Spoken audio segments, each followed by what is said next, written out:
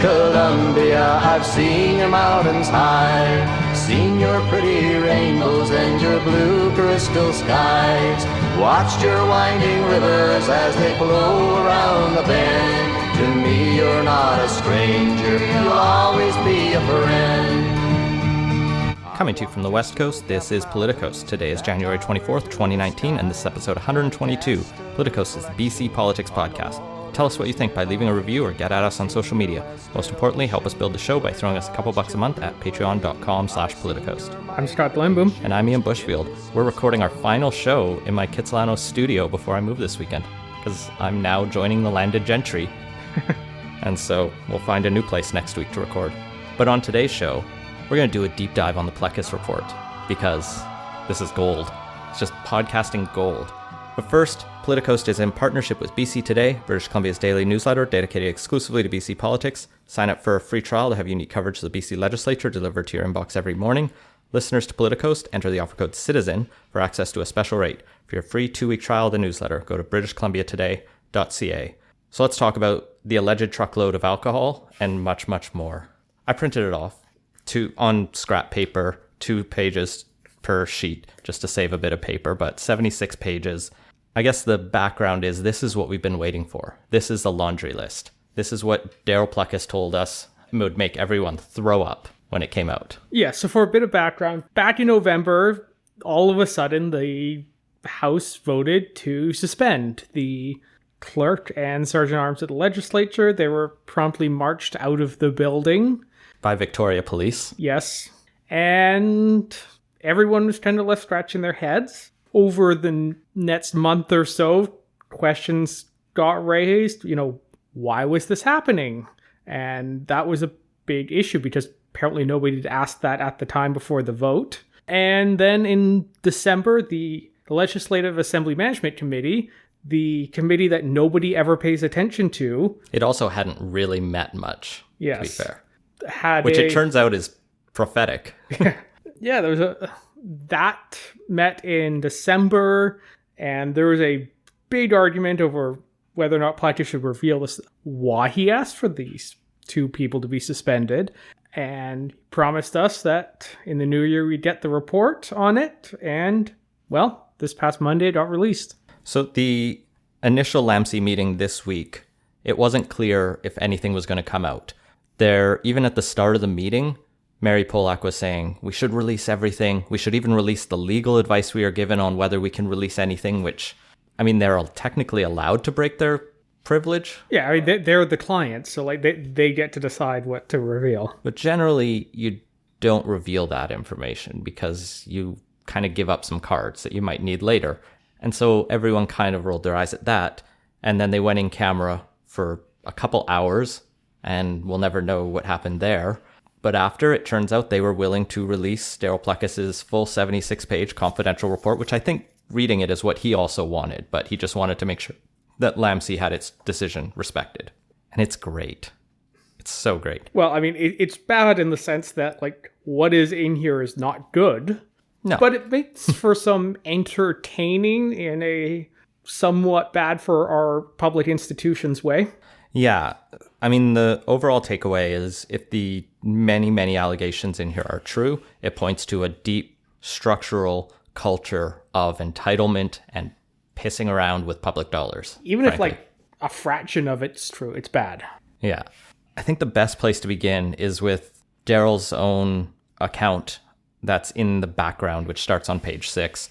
There's sort of 2 things that really set this up early in his account, both about everyone's sort of focused on the liquor cabinet story, and I'll come to that second, but he talks about how early on Craig James, Clerk of the House, explained to him that Darryl should go to James if he wanted information about the other divisions of the legislature, and he'd be the conduit to take care of that liaising in case it needed to be done.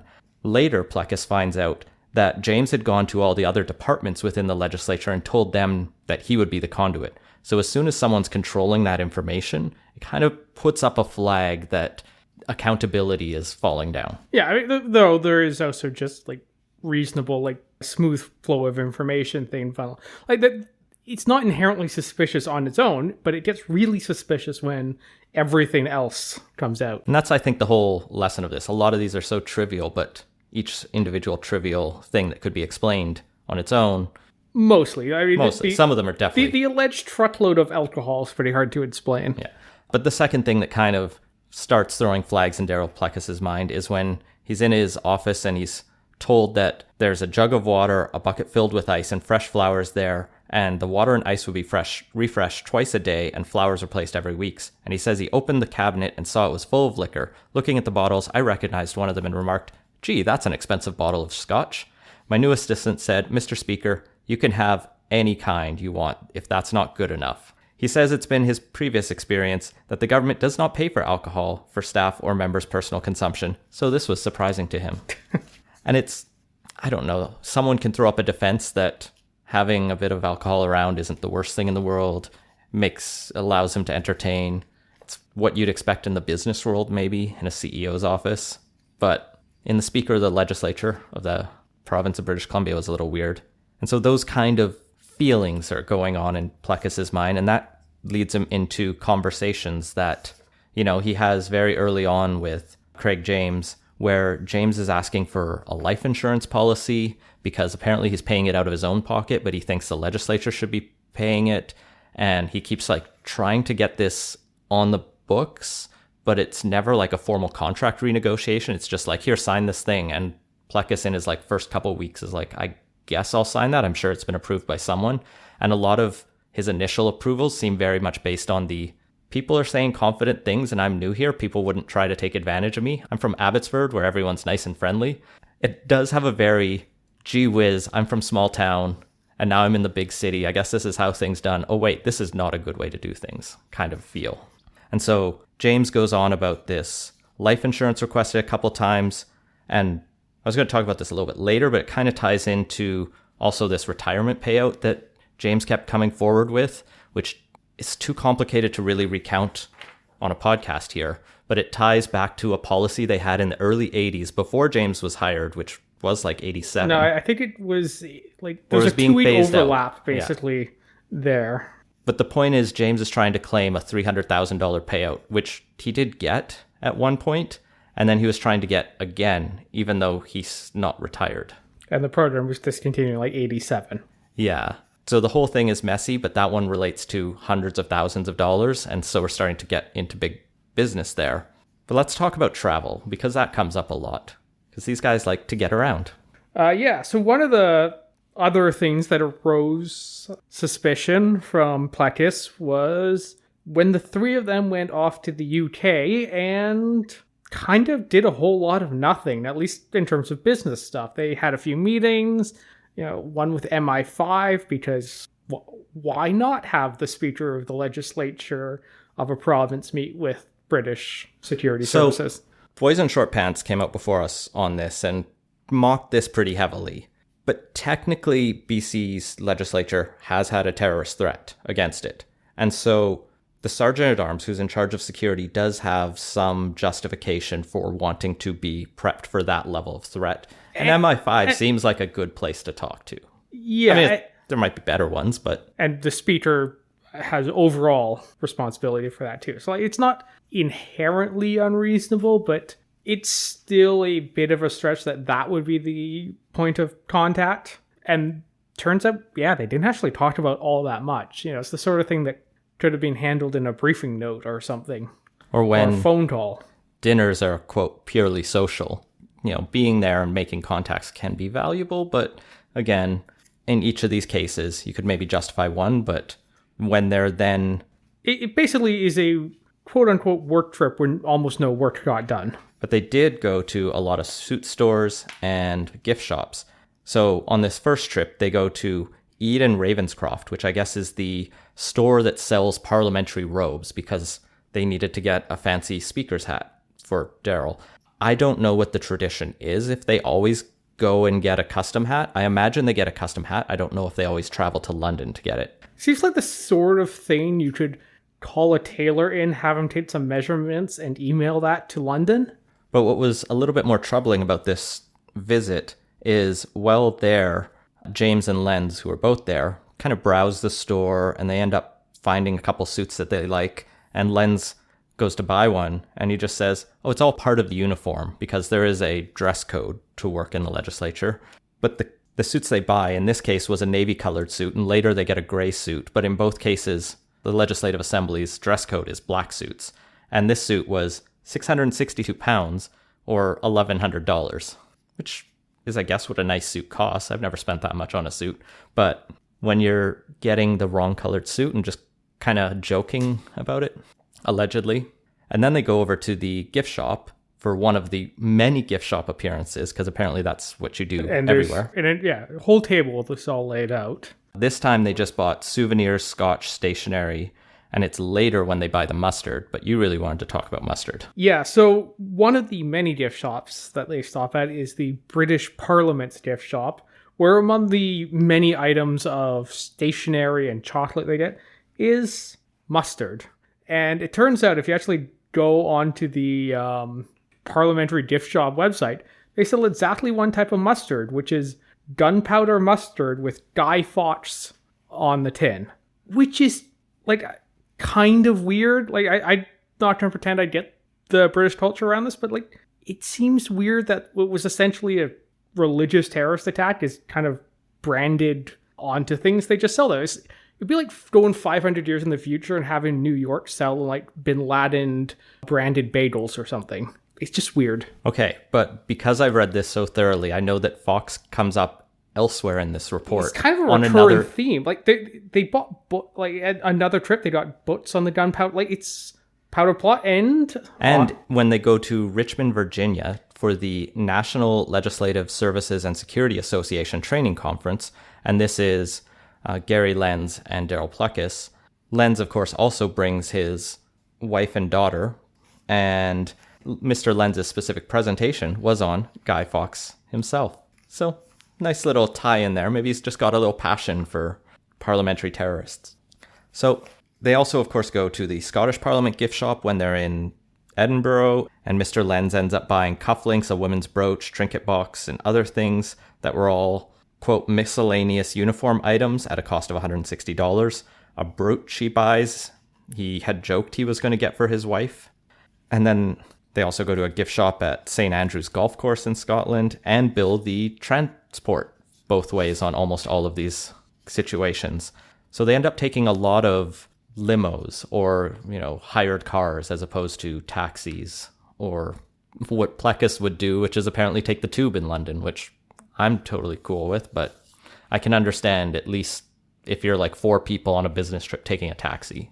Yeah, the long and the short of it is basically everything that happens on the trips gets expensed to the legislature, and there isn't really any accountability on it. And I think the only other thing I really want to highlight of the trips, and I mean there's lots more we could talk about, the like luggage that was bought on a couple times when they just like stuff a extra shirt in there to be like, see, we needed that. Well, on the China trip they go on, it's literally $1,000 impulse buy in the airport, and that gets expensed. But the thing that's really highlighted, especially in the detailed breakdowns in the latter half of the report, are the per diems.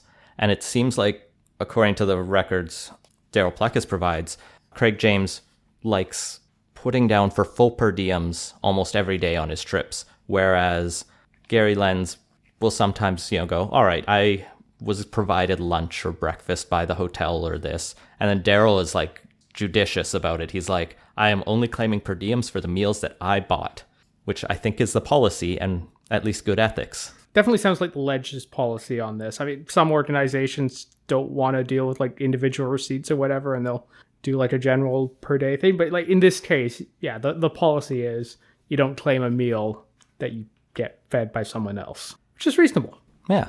The other reasonable policy the legislature has is employees are given a set number of vacation days per year and are asked to actually take most of those, both for their financials of the legislature, because if people are being paid out vacation days, that's a huge liability that's unpredictable, but also for their mental health, and just it's generally good to take days off of work. But if you go through the records that Darryl Plecas presents, neither James or Lenz seem to take as many days as they're supposed to by the policy, which is at least, I think, 5 or 15. I think they get like 20 plus days. They're given 30 to 40 days a year, depending on their time there. Although I think it was Lenz's vacation days kind of jumped at one point from where the policy says to an extra 5 days a year. And that merits further investigation, according to Darryl Plecas. But there are years where Lenz says he's taken no vacation days, and Craig James says he's only taken a few. And yet Plecas recounts long portions of many of these trips where, for example, Craig James is like flying from Calgary to England because his family was there. But how did he get to Calgary? Well, apparently he was working. Or there's a whole section on Craig James moonlighting for the World Bank, despite not being an economist, and never taking vacation days while on those many trips. Yeah, also maybe in contravention of the policies around not having a second job that could conflict with your primary job of being the clerk of the legislature. So that's all bizarre. And these vacation days payout has like so many extra layers because the ledge does allow them to bank vacation days. And so in some situations, they banked vacation days for a couple of years and then just got paid out for them. But they were getting paid out at their salary at that year rather than when they accrued the vacation days. So they got extra bonuses there. And so Plecas can't even put a number on how much money has been pulled through this vacation day alleged racket. But it seems like a pretty good way to at the very least, it reveals that there isn't like a robust HR department tracking this sort of thing in the ledge. Well, and a lot of that comes down to the fact the person in charge of the ledge is essentially the clerk. He's the CEO. And the person in charge of the clerk, or who oversees the clerk, is the speaker. But Plecas points out he has no tools with which to enforce discipline. So he's both like the overseer, but with no power, which seems like it leaves it ripe for abuse, which has been alleged in full here. But yeah, so in the narrative, that's the first part of this. Plecas is kind of recalling the story of how this goes. And you get like interesting tidbits, like when he talks about this life insurance and retirement payouts with the deputy clerk.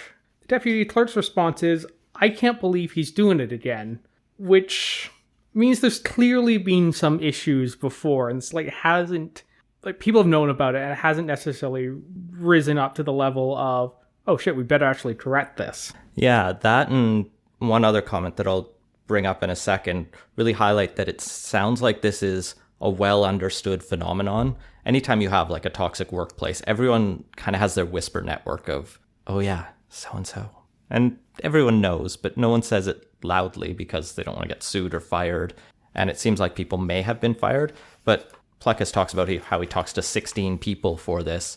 And the other person he quotes in this, at least, is a conversation he has with the deputy sergeant-at-arms, where he's talking about this alleged alcohol theft of a truckload of alcohol that we'll come back to. But the deputy says, oh, that theft's nothing. What about the wood splitter? So Scott, tell us about the wood splitter. So the wood splitter, it's exactly what it says. It's a device that splits wood if you are too lazy to do it the old-fashioned way with an axe. Turns out they cost around $3,000, and the ledge bought one on behalf of Craig James. And it turns out it never actually showed up to the ledge. And this was, in theory, or at least justified, on the grounds that if a tree fell, they would need this wood splitter to split up the tree. So it's worth reading from Plecas' report in full, but we'll also mention, in addition to the $3,200 wood splitter, there is a $10,000 trailer for it to sit on. We did a little Googling, and you can get trailers for like half that or less at Canadian Tire. But I don't know, maybe James knows something more about working trailers than I do for tools and equipment. Also, keep in mind, the wood splitter has wheels and a trailer hitch on it. Like, it didn't need a trailer to carry it around. There's additional tools.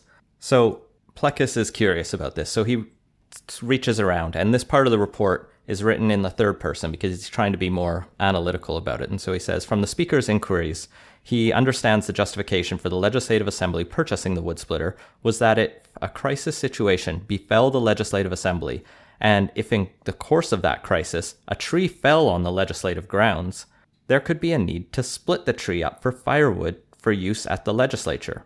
You know, the power's out, it's cold, we need to start a fire to keep everyone warm. However, the speaker has difficulty accepting that rationale, as the scenario seems very remote, and in any event, even assuming external emergency services were not able to attend and handle this scenario, a chainsaw and axe would appear to suffice. Now, notably, when you look up what a log splitter is, you can't put a tree in it. No, so it's a thing about the size of a couch. Yeah, like, it's designed to split up sections of log and into firewood. Someone actually found the wood splitter because it had mysteriously been returned to the ledge.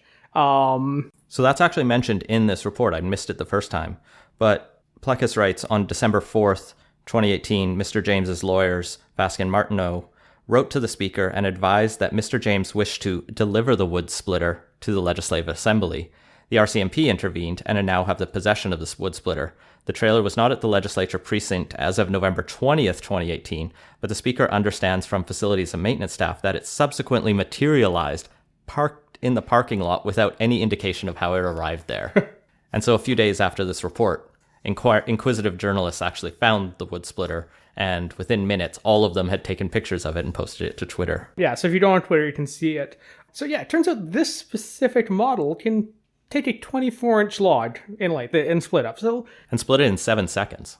Yes. So that is actually probably faster than people can do it. But notably, 24 inches is a lot shorter than most trees. So should one of the very few trees on the ledge ground actually fall down, by the time it's ready to be put in this wood splitter, it's already been chainsawed apart, and making this a little redundant. The other thing to point out is if you're going to burn wood in a fireplace, it needs to dry out. You can't just chop a tree up and start it on fire. It's usually still pretty moist, so you have to let it dry for a year. Yeah, in Victoria. Also, there aren't many places to burn firewood anymore in the ledge. Although it turns out, this clerk's office actually does have a fireplace. Yeah, there's apparently a fireplace in the Speaker's office, but that's where they keep the mace. And then the clerk's office has a potentially working fireplace, as the Premier has informed us, and a couple others. But James's defense for holding the wood splitter on his property was he had been advised by Legislative Facility Services that there was no room to store that item within the legislative precinct. However, Plecas writes that that's surprising given the size of the legislative precinct, and if there was indeed no space to store it, then that begs the question of why it was purchased. He thinks this merits further review, but I think most British Columbians can go, why do we own a wood splitter? And why was it kept at the clerk's house? Now, the one thing I do appreciate is there's something very BC about having a part of a major scandal be a disagreement on how to properly split wood, like on proper tree logging practices. Well, the thing I think everyone will be outraged by if the wood splitter is too amusing is the alleged truckload of alcohol. So early in the report, he mentions that people had talked about this stolen truck of alcohol, and I guess it's like one of the myths that goes around the Legislative Assembly staff because no first-hand accounts are made of this story. Plecas has heard about it from people who have heard about it from people who saw it happen. But the story goes that when BC Liberal MLA Bill Barasoff was Speaker, who was Speaker before Linda Reid, at some point during his term, in around 2012-2013, there was a conference in the Okanagan. And after this conference ended, the clerk apparently took alcohol that was left over, loaded it into a truck, and then the truck was never seen again. And apparently 3 Legislative Assembly staff helped load this truck, and it may have even come back and done another load of alcohol. So there may in fact be 2 alleged truckloads of alcohol. Plecas did find receipts for this period from BC liquor stores and distribution branches, totaling about $8,800, which be a good party. Seems like what a truckload of alcohol would cost. I'm just ballparking. There's not much information here because he doesn't have any first-hand accounts, but he does say multiple witnesses made independent allegations about this, but it's not been corroborated. So we're teased by this thing, but we have to investigate this more. I think this is a full royal commission on the truckload of alcohol. If the clerk is allegedly misappropriating whole truckloads of alcohol, Plecas also questions expenses which, quote, appear personal in nature. And so he highlights the large amount of money spent on digital subscriptions claimed by Mr. James. Now, frustratingly, Politico's Patreon does not appear on this list, and I think that's an oversight by the clerk's office. But that would be a legitimate expense because they need to keep up with BC politics. And some of these magazines listed, like The Economist, Times of London. yeah, Wired magazine even maybe, could be seen as legitimate expenses for an office to keep up. However, Bicycling Magazine, Arizona Highways, Electric Bike Action. Palm Springs Life, or Flight Radar 24 seem a bit more confusing. My favorite one is Maritime Traffic-Ship Tracking was one of the subscriptions. So, because apparently the clerk's office really needs to know where all the ships are at any time. When you total all of these up for the entire period, it comes to $5,000.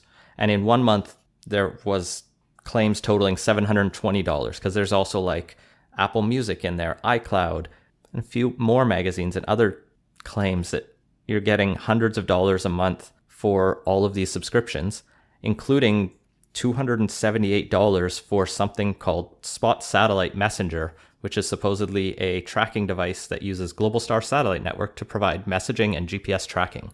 Maybe he was tracking the whereabouts of the wood splitter. And then it kind of goes into just like other minor things that seem very personal as opposed to office use. Noise canceling headphones, Waterproof camera. Although this one's an office one, is the $785 for Dial a Geek computer support service for items related to his new Apple products, including one case where his Apple mouse wasn't working because it didn't have any batteries in it. And I think that one, I don't have it right in front of me, but I think it was around $170 the taxpayers picked up to have a Dial-A-Geek come in and replace the battery. It's old guy doesn't know how to use technology, so bills the taxpayer, basically. Especially for his new iPod that he also probably... Oh yeah, that was the other thing, is that first-hand witnesses have informed the speaker that Mr. James has a particular interest in Apple products. And apparently he's had multiple iPhones, iPods over the...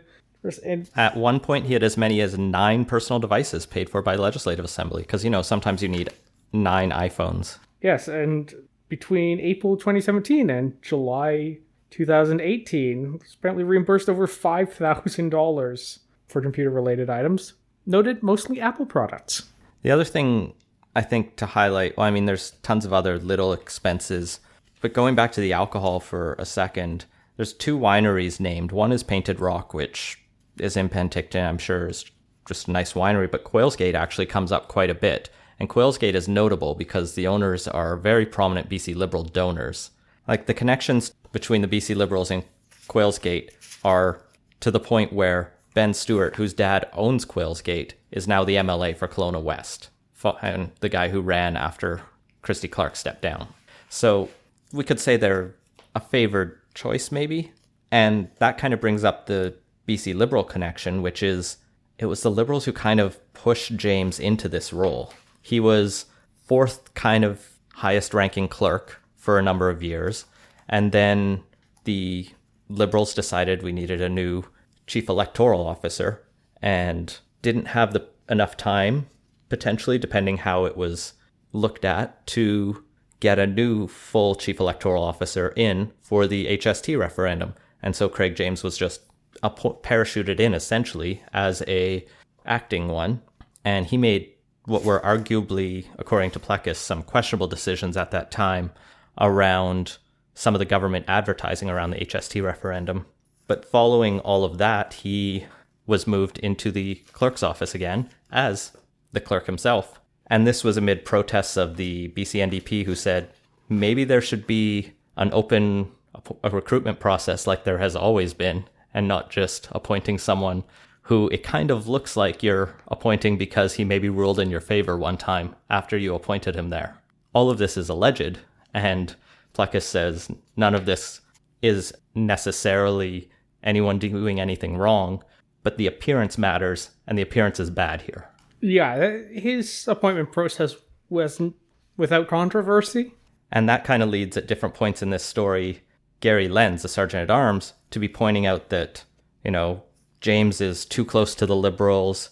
There's another point when James is talking to Plecas and saying, he's got dirt on the Liberals. And he says if anyone takes issue with these expenses, he could put an end to it because he, quote, had so much dirt on the Liberals, and he could threaten to basically stop paying their legal bills. or quit paying their severance payments, which suggests James has like... Like, is the clerk supposed to be responsible for that? That doesn't... I don't think they're... weird. I think they're metaphorical legal bills. Like he's keeping quiet so they don't get sued or in other trouble. But there's more to come on this story for sure. We see at different points, at least Gary Lenz like coming to Darryl Plecas and saying, we need to get this guy out of here. He's clearly so dirty. But at other times, Gary Lenz is clearly like just as happy to spend as freely as Craig James. And so it feels like a weird power grab.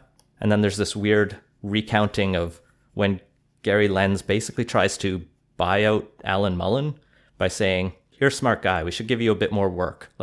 We can bump your salary by like 30%. We'll give you some like roles under the Sergeant-at-Arms office so we can pay you out of my budget. And we'll go from there. And it reads like, hey, I'll give you some money if you just like don't poke around at anything, which is great. Yeah, I don't really have much to add to that other than it was odd and suspicious. And I mean, all of this sort of comes back to these human resource issues, which I think is the last thing to really pull out of this report. And here's where we see time and again throughout the report, these like subtle or overt threats or allegations that people will be or have been let go if they ask too many questions, or are given perks if they kind of play along, or if they, buy into things. Like the whole case reads like James and Lenz continually trying to get Plecas on side with this spending so that he's as much guilty and in the culture as they are. Because once you've committed a few of the crimes, even if it's accidental, you feel like you can't go public or else you'll get in trouble too. And this is I feel like it's a pretty common gang tactic in other criminal situation, but I couldn't figure out what the actual term for it is. It's like a financial honeypot. There's no sex involved though, that we know of yet, because there is still an ongoing RCMP investigation, which I think involves additional allegations beyond what's in here. Yeah, it does mention that this is not the complete list of allegations. Which is already telling you something. And even Alan Mullen's been going around saying, this isn't a bombshell. This is like a hand grenade. The bomb's coming.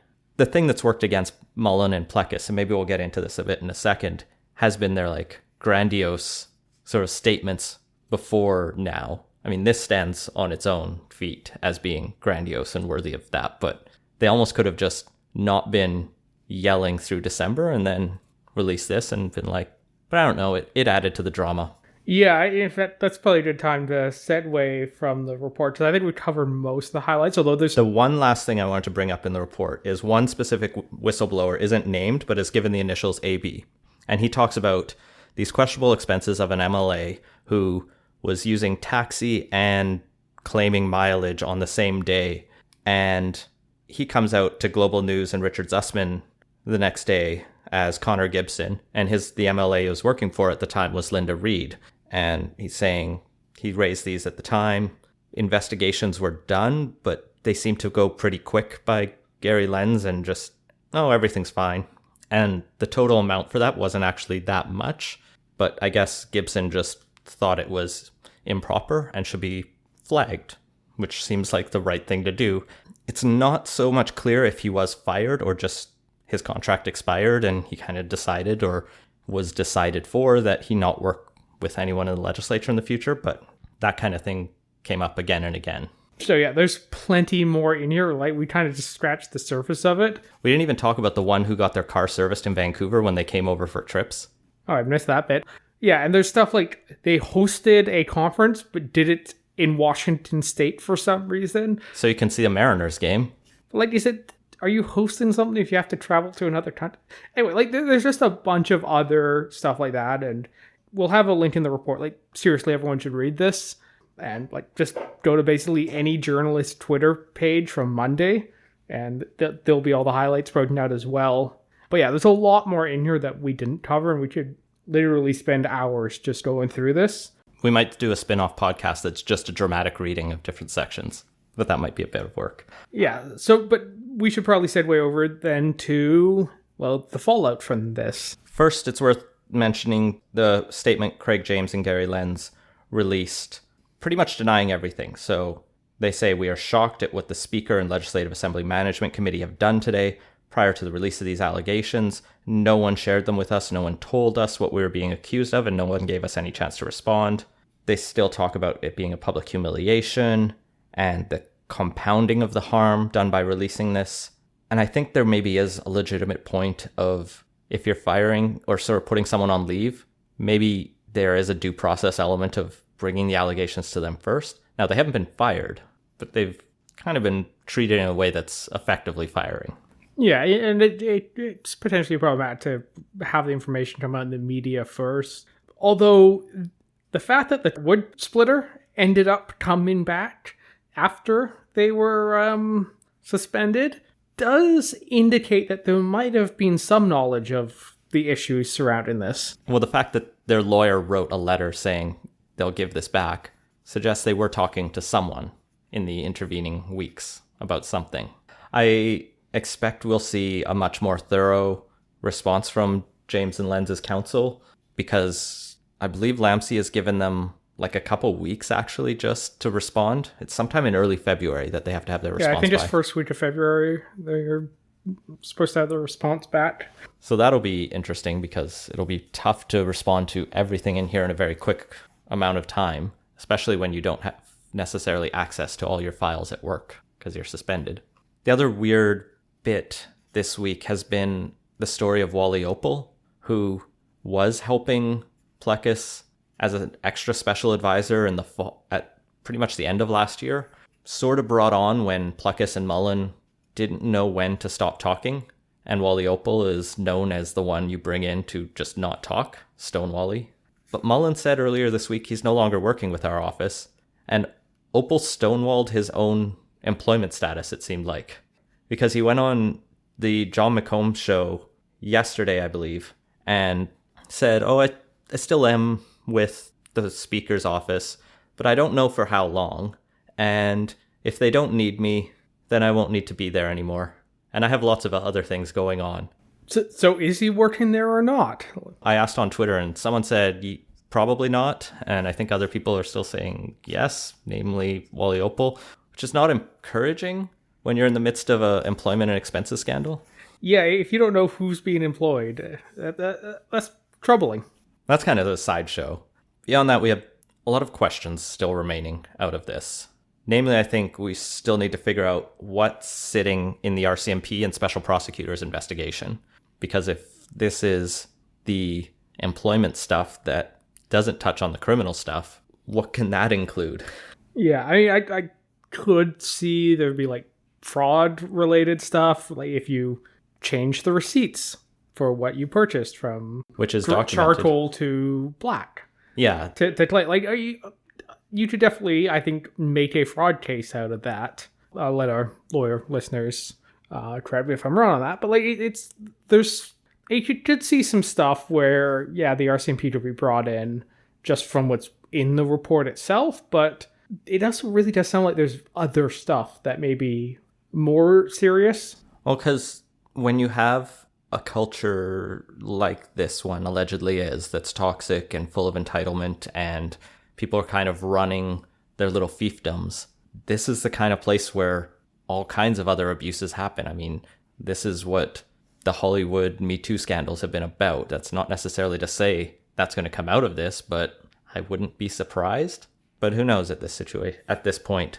Although so far there hasn't really been any hints of it. We didn't have hints of really anything prior to this week. There was maybe a hint at expenses, but even that was still not really confirmed. So I'm just saying I wouldn't be surprised. I haven't heard anything to suggest that anyone has sexually harassed anyone else. The other thing that Twitter spent the last few days really getting in an uproar over was a lot of people on Twitter trying to call out BC's legislative journalists for, being too cruel to Darryl Plecas in the fall, and saying, why did you treat him so skeptically and treat him like garbage and focus so much on him when clearly there was something there.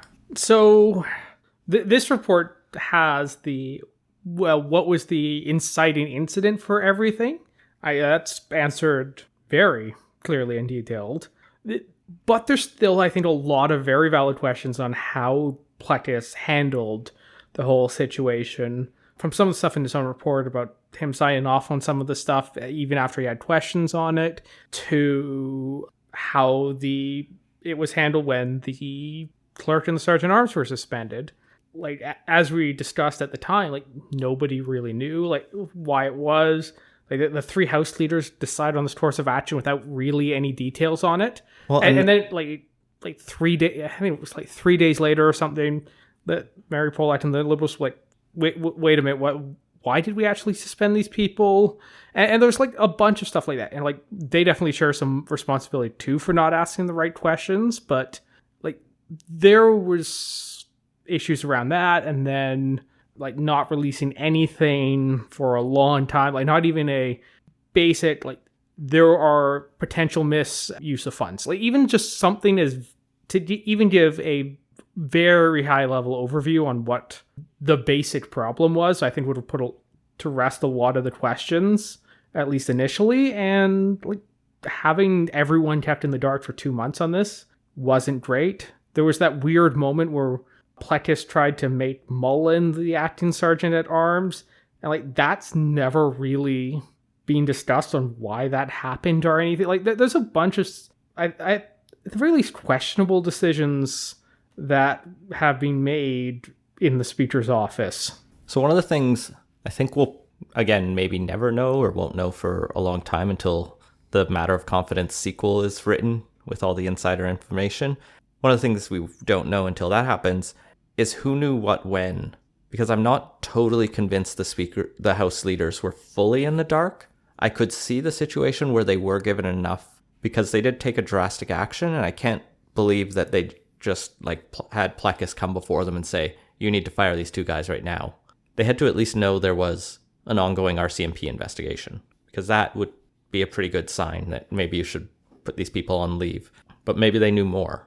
I suspect no one knew the full contents of this until Plecas had the chance over the holidays to sit down and write it, which can't imagine what fun he was to be around over the holidays, because he was probably just sitting pounding this out.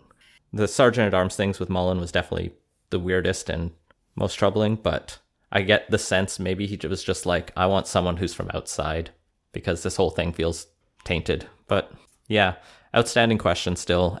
Yeah, like I don't think this like entirely vindicates Plecas. Like there were some questions on the, is he just like making this up out of whole cloth, was the implication of some of the questions that were asked at the time, and like that has clearly been resolved. But there's, I think, still a lot that you can rightly criticize how the Speaker handled it over. And like I think the people doing the everyone was wrong about this victory lap are doing that very prematurely. I think there clearly are issues to be addressed, but how much of this is fueled by score settling, because Plecas was burned by the BC Liberals, and so he focuses in a number of spots on their connections to Craig James, for example, and that will taint his view.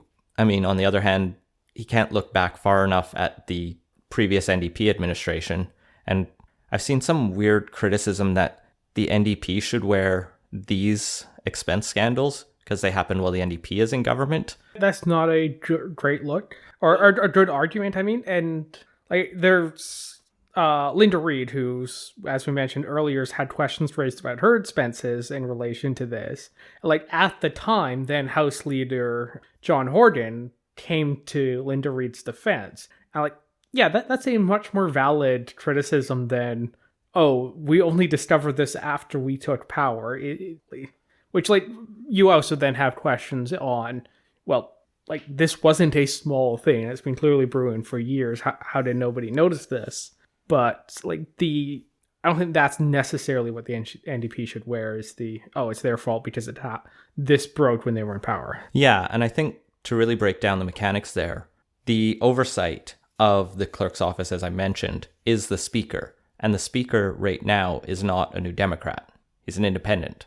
The previous speakers were Liberals while there was a Liberal government, and before that they were NDP when there was an NDP government. And this connection between, which isn't supposed to be there, we've always had partisan or speakers with a partisan banner, and this happens at the federal level too, but they're supposed to essentially not sit with caucus and not really be a part of their party once they become Speaker, because you need both the independents to run the office of the Speaker, but also because you're the referee in the House of Commons or the legislature.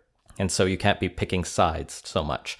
And this ability for Darryl Plecas to basically have no political allegiance anymore. He owes no one anything right now. So he can go this full way and investigate everything and not really care who he pisses off, because he's frankly probably not going to run again. Or maybe now he's going to feel like he's, the golden boy independent, and we'll go from there. But we should just say quickly, I think this kills his recall campaign. Well, I mean, that's still going on. I mean, it's still technically going on. It's still technically going on, but I don't think it's gotten any less likely to succeed, mostly because it had zero chance of succeeding in the first place. But it hasn't helped the recall campaign. So I don't think the NDP wears the expenses mentioned in this specifically, but like you said, Horgan's going to bat for the Linda Reid scandals at the time, and I have no doubt we know there were expense scandals under the NDP, from fast ferries to Glenn Clark's deck and all these other things that happened, and we probably don't even know happened. We probably don't even have the receipts now because it's so far ago. Systemic issues don't just arise overnight. So a lot of MLAs, except the Greens, who are new to the legislature and have no baggage, are probably going to get caught by this. Last question I have, should Linda Reid resign? Because she's right now the assistant deputy speaker, I believe, and she's been caught up in this because of the whistleblower about her small expenses, which apparently are minor in the realm of Linda Reid expense scandals historically. But can she be an effective assistant deputy speaker? I definitely think it raises questions on that. I think that's all we have on the report for now. I'm sure by next week we'll have a lot more to talk about. I mean, again, I would not normally recommend reading long reports like this, but this one's just fun to read, at least because it's written with such an almost dry humor. Yeah. Unintentionally, maybe? Yeah, so back during the December LAMC meeting, Plecas famously said that if people don't throw up when this is revealed, he'll resign. I don't know anyone who threw up, although there was plenty of disgust with the wasteful and reckless disregard for the public's money here.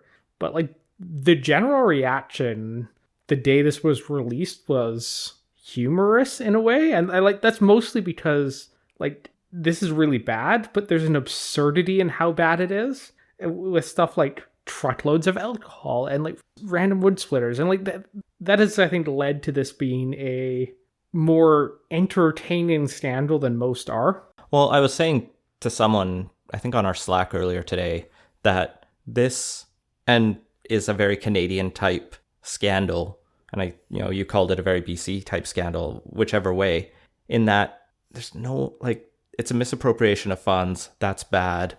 People did lose their jobs for trying to whistleblower, and that's bad. But in the grand scheme of things, it's a small portion of the BC budget. It's not very consequential. People are going to be annoyed, and they should be mad at this. But when you compare it to the scandals and the shit that's happening down south, where elections are allegedly being stolen by Russian interference and everything else that's going on, that's terrifying and has terrible results. Here, things could be smoother and people could not be fired for saying, hey, you shouldn't expense those things. I mean, it's not the slow motion collapse of our democratic institutions like the way the American system's going right now, but that is a very low bar. Well, it's also not Brexit. So I will keep our Canadian scandals if it means we don't have to deal with Trump and Brexit.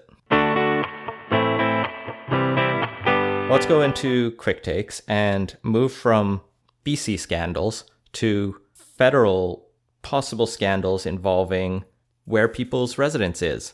And specifically, former Minister of Multiculturalism and now United Conservative Party of Alberta leader Jason Kenney, who, it turns out, according to Kyle Morrow on Twitter, claimed as his residence from 2013 to 2015 when he was Member of Parliament, his Calgary residence, that is, as in the home that he would live in most of the time, as the basement in his mother's retirement village bungalow, specifically the one at Lake Bonavista Village Retirement Residence in South Calgary.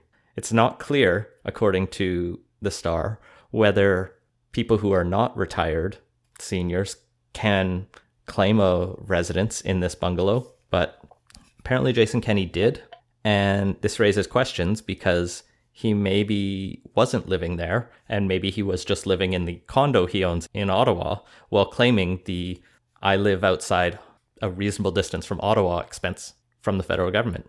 And it also raises questions about his ties to Alberta when he's running to be premier of Alberta. Mm-hmm. And it also spawns a whole bunch of Jason Kenney's mom's basement memes. I mean, it would not be the first time a politician has made dubious residence claims. I mean, one would have hoped... Actually, no, these were back around the time the Duffy thing was breaking, right? So I was going to say you should have learned from it, but like this actually, no, 2015. Now that's post Duffy. Like that's the fact that didn't get cleaned up at the time. Like it shouldn't have happened in the first place, but not even having it cleaned up post Duffy, yeah, that's bad. The estimates would total this cost to taxpayers as being about $130,000, which is not insignificant. Jason Kenney has denied he's done anything wrong. We'll have to see. I mean, we have tweets out there like, conservatives, pull yourself up by the bootstraps, move out of mom and dad's basement and make something of yourself. Jason Kenney, hey mom, if I pretend to live in your basement of your retirement residence, can I get free meals too? These are good times. We'll have to see where this ends up. Kyle Morrow pulled the actual expense receipts off the Government of Canada's website, which is something that's now being encouraged the Legislative Assembly of BC to start being more transparent about, because they do not have as transparent procedures inside the legislature as they do for MLAs, and apparently that means you can get away with a lot more. Yeah. Jason Kenney, I guess, would be right at home working for the legislature of BC if this whole Premier of Alberta thing doesn't work out for him. It's a hot take. Who else has hot takes? Well, that would be our ambassador to China, who earlier this week, when you were back in Canada visiting, held a presser for Chinese language media, where over the course of 45 minutes, he went on to basically say that Meng Wanzhou has a very solid case to fight the extradition to the US, citing several reasons, such as that Canada isn't participating in the sanctions against Iran that the US is, which, like, that actually isn't what she's being charged with. It's bank fraud, which is very much a Canadian crime. And, you know, a few other things like that. And basically politicized, which a decision which really should not be political. I mean, there's a political dimension to it, but he's brought the government's kind of made it a very political thing for the government rather than what everyone was saying before, which is we're just following the rule of law on this one and letting the courts decide it. The line, I'm not going to comment on a matter that's before the courts, is arguably well overused in modern political climate because there is actually a decent amount you can say about issues that are before the courts. You just don't talk about your specific legal arguments. You let those be made in court. But it does exist for a reason. But yeah, one of the good reasons not to comment is to counteract your own side's arguments. Like when your team is making a legal case, you don't go, yeah, we're probably going to lose this one. Not because it necessarily biases the courts. I don't know that it would, but it makes your team look stupid and bad, and you look like a fool. So unsurprisingly, McCallum walked his comments back. He says he misspoke and they do not accurately represent his position on the issue, which kind of begs the question of what his position actually is. I guess it's just the government position now. Well, that's the question is, what is the government's position? Because when he first made these comments, there was a question on, well, did he kind of just go off script? Has the government changed its position? And like, keep in mind, this was a prearranged presser where he invited a bunch of people and spoke for 40 minutes on it. So it wasn't to a Chinese audience. This wasn't just someone passed him on the street and he made an off the cuff remark. But nobody actually, it was never actually confirmed that this was the new stance Canada was taking. So it's led to this question floating around for the past day on, well, was this an officially sanctioned thing? And no matter what, it's a bad sign because either our ambassador to one of the most important countries in the world is just going off script on major sources of tension between the two countries, which is bad, or the government has changed tact on this and is basically willing to kind of back down on what should be a fairly straightforward, no, we're just going to follow our procedures, let the courts come out as they will, and the fact that China's playing dirty by holding a couple of our citizens hostage shouldn't affect it. Well, it's worth remembering, McCallum's a long time liberal. Like, he was a backbencher under Chrétien, and then a minister for national defense, for veteran affairs, for national revenue, and then elected again under Trudeau. He was Minister of Immigration from Trudeau's election until January 2017 when he retired, and then he was appointed ambassador to China. So he's very close with this party. Yeah, in fact, this was done right after he went to Ottawa to brief the Canadian government on this. And so it's kind of not surprising that the sheer conservatives are now saying, hey, he should resign for these comments, and they would have a clear interest in that since they probably wouldn't want someone who's a longtime liberal, but also these comments aren't great for an ambassador to be making. So maybe Scheer's on the mark with this one. Yeah, I think it's especially if McCallum ended up going off script, which, I mean, given all the other stuff that happened around it, probably wasn't necessarily off script. But yeah, either if it was, like, yeah, that's definitely something I think he could reasonably be asked to step down from the post over. And either way, like, this is a very delicate situation, and if he was delivering the government's new line on it and did it in such an indelicate way that he had to walk it back a day later, like, that is not necessarily the type of skill you want in a diplomat who, speaking carefully on sensitive stuff, is kind of one of the core job descriptions. Well, the other person who's being asked to step down is Venezuelan President Nicolas Maduro, who is officially is not considered the president by Canada anymore. So Maduro's been facing growing protests. He's the socialist leader of the country whose situation has gotten dire as the economy of Venezuela has collapsed as oil prices dropped, because the only way you can build a socialist country, it seems, is to have a lot of oil money to do it. Don't tell Alberta, because they never figured that out. But when oil prices collapse, you can't afford to feed all your people. And so, like many collapsing regimes, he got more authoritarian and they were closed plenty ranks. Authoritarian before. But they started shutting down democratic. Like the Venezuela. He started centralizing power a lot more. Yeah, it was already pretty centralized before. Like, his predecessor had closed down a bunch of, or basically taking over the various media arms out there. Like, there's a bunch of stuff. Like, Venezuela's problems with democracy did not start with Maduro. That's been a long-running problem under both him and his predecessor, as has the general economic problems. But they've definitely gone particularly acute in the last several years, as inflation has hit 1 million %. That's normal. Yes, and like, Venezuela can't have food anymore because can't buy it with their crazy inflating money. Like, there's basic necessities like toilet paper, medicines are inaccessible or basically only acquirable through the black market. Like he has royally screwed up an economy in a way that very few people have ever managed to screw up an economy that bad. Well, and things do get more complicated because any country that gets too socialist in the world size, especially the US, tends to upset them, and it's a chicken-egg problem whether the nationalization of the oil is the cause or the sanctions that the US inevitably imposes for when you I will do that. Yeah. And I will point out that the Venezuelan state oil company was basically the only oil company that wasn't making money at $100 a barrel. And that's actually, like, I get people have trouble making money on some types of oil productions at $40 or $60 a barrel, but like, they screwed up their oil company well before the crash. Oh, I'm just saying, if no one's willing to buy your oil because they hate your economic system, that does affect things. So it's more complicated. Anyway, they're in a shitty situation. And so the leader of the opposition, who's the leader of the majority party in the National Assembly, which basically has no power because of Maduro's recent changes. Yeah, when his party got trounced at the congressional elections, it's like, screw you, I'm creating my own Congress with blackjack and hookers, and created this whole new legislative body that he basically stacked with his people. The leader of that opposition party is Juan Guaido, trying our best to get that correct. He's a 35-year-old engineer, which basically describes the both of us, except a slightly older. I'm 28.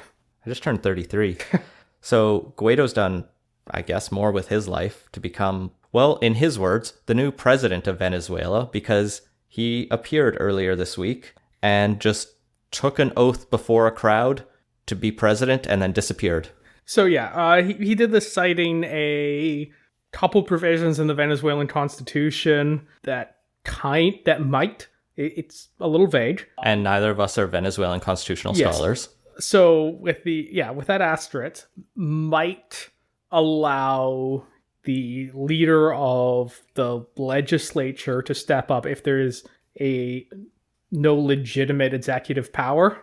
And like after the rigging of the past election, like there's an argument there.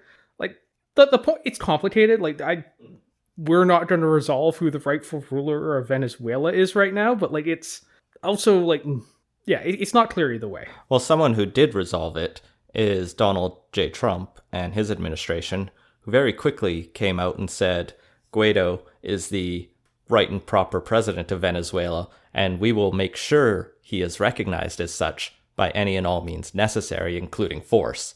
Which is, yeah. That escalated quickly. Yeah, and Donald Trump, of course, does nothing with tact or subtlety, which is, yeah, pretty much par for the course at this point. But it's worth noting that, like, it isn't just the U.S. We've recognized Guaido, as have many Latin American countries, in addition to, I believe, the EU. In Latin America, you have notable progressive countries like Brazil under... Yeah, but you also have, like, Argentina, Chile... Colombia, Costa Rica, Guatemala, Honduras, Panama, Paraguay, and Peru right now. Yeah, and Ecuador. There's this is, the American imperialism argument's being thrown around a lot, but like when you have that list of countries, like who also have bad memories of that era, signing on to this, like it's not. To be clear, I don't think any of them are supporting the same level of foreign military intervention. Oh, I don't think anybody. The U.S. is pretty sure out alone on this. And on the opposing side, you kind of have like Russia, Turkey, China. Well, in Latin America, you have Bolivia, which is being run as a socialist country right now. You have Cuba, again, El Salvador and Nicaragua. And Mexico is sort of hedging its bets, but siding with Maduro, which is a smaller list. Yeah. Of pretty much socialist or left-leaning countries. And outside the region, it's more like the countries I believe have taken a strong stance against this are the ones that generally do not appear on anyone's good democracies list. So it's, I don't know, given the choice between being on a list that includes the EU and the US versus Russia and China on how government should run, I think I know which list I'd rather be included with. I'm still conflicted. I find most reporting on Latin American politics to be superficial, not just in terms of like this kind of story, but it's like really hard to, because I guess as someone who doesn't live in the country, it takes a lot of backgrounding to really fill it in. I'm not saying Canada should side with Maduro in any way, but I don't know. Do we have to come out and say we recognize one or the other? We can just say we support free, fair, and democratic elections. We hope they have some, and just kind of back into a corner. Is that wrong? So the useful context here is that after the 2018 election that was, well, quote-unquote election that was rigged by Maduro, Canada come out and basically said, yeah, that is not cool. You need to step down and actually hold proper elections. So like this isn't just like an out of left field, just, out of the blue, we're deciding we aren't towards Maduro. So like this has been building for a while, and like, the Venezuelan crisis has been going on for years now. And like the Maduro government's pretty much the main obstacle to fixing it at this point. And like every time the situation gets worse, they're doubling down on the policies that got them into the situation. I just want a little more consistency, I think. When Jair Bolsonaro is elected in Brazil, the election is deemed fair despite the threats faced against his opponents and the strength of that. And Canada is like, oh, congrats, Bolsonaro. And you're like, he's a fascist, right? There's this debate, is Trump a fascist? Is not. No, Bolsonaro's like, lock the gays up and kill them all. He's a bad guy. let's just be consistent. If we're going to complain about the democratic fairness. I think they're kind of two different levels here. Yeah, I get that Venezuela's was much worse, Yeah. but we should be not friendly with Brazil right now if we like some element of liberal democracy. Yeah, so kind of hard to argue with that. Yeah. Right. Anyway, Venezuela's fucked up. It's not going to get better, especially, I think the worst position to take, I think we can agree, is the Americans.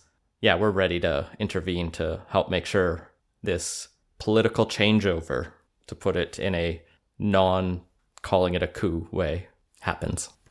Yeah, I think any military intervention at this point would be premature and a bad idea. And that has been Politicos. Find links to everything we talked about at politicos.ca. If you're a first-time listener, make sure to subscribe and let us know what you think. Support the show and get access to our exclusive Slack channel at patreon.com/politicos. And if you have ideas for the show, feel free to send to us. Our intro music credit is Beautiful British Columbia by Serge Plotnikoff. Thanks for listening.